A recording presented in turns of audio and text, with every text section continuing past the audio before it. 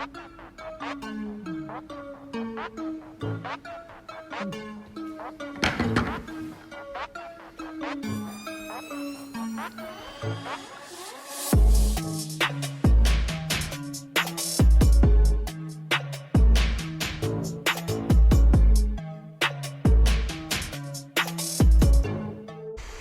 much longer when the world opens up for us to travel once again. But what if we wanted to pack light and not stuff everything into our luggage?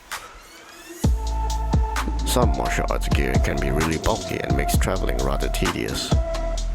But what if I say all you need are just 2 belts and a short sword for us to be able to train whilst traveling?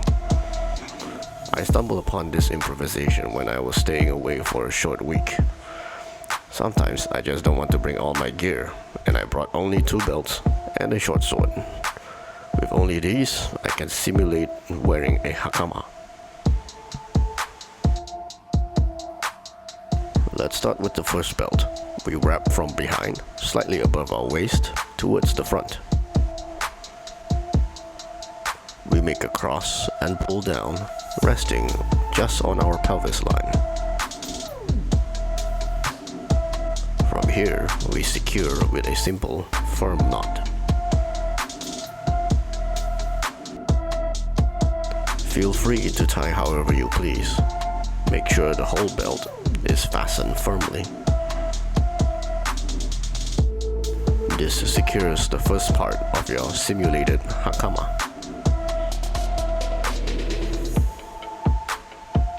Remember to let the belt tie along your pelvis line, both front and the back.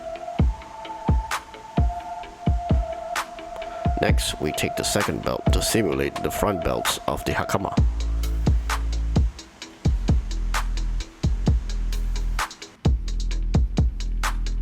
From the front, we wrap along the top belt and around the back to the front. Here we make a cross and tie up the whole thing in one loop. Come from under, then over all the belts. Tie another knot, and you are ready to practice.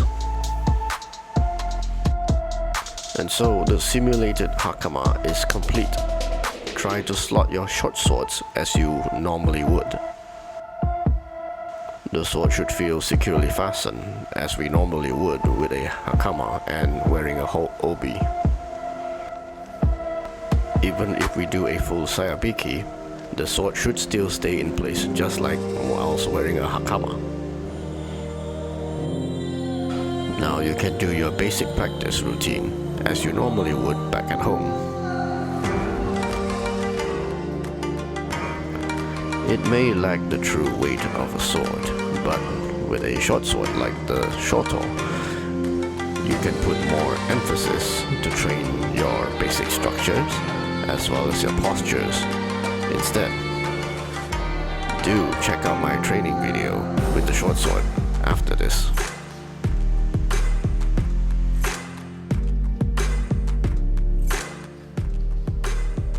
This belt arrangement is so effective, it can even carry 2 swords just like a normal hakama would.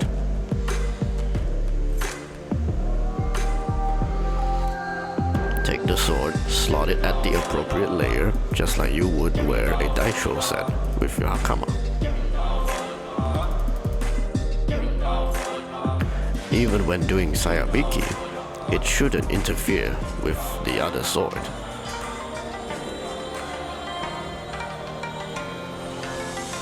So if you decide to travel with 2 swords, you can still freely train with this belt arrangement.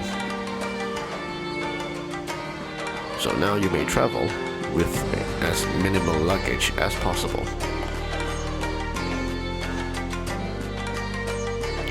Don't let the sword dictate your swordsmanship, but let your budo reflect your character instead. Never again will you feel you are out of practice when traveling away from home. I hope this traveling tip is useful for those of you nomadic warriors out there. I've certainly been using this method for the past month, whenever I want to travel light. No matter where we are, we can always find ways to train in our swordsmanship. Don't forget to share, like and subscribe to this channel. Come check out my other cool videos. Thanks, and see you in the next one.